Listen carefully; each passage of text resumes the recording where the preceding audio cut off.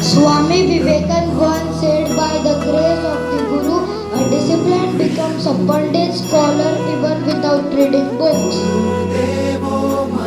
Good morning to the principal ma'am, teachers and to one and all present here.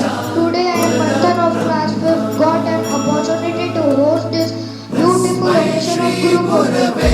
In Sanskrit, the meaning of Guru is someone eliminates darkness and who is not just a teacher but also Guru guiding. माझा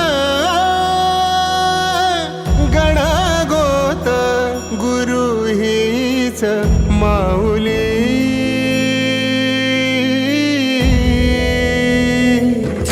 गुरु स्पर्श दूर करी दुःखाची सावली गुरु भेटीसाठी झाली जीवाची काहिली भक्त तुझा गुरुदेवा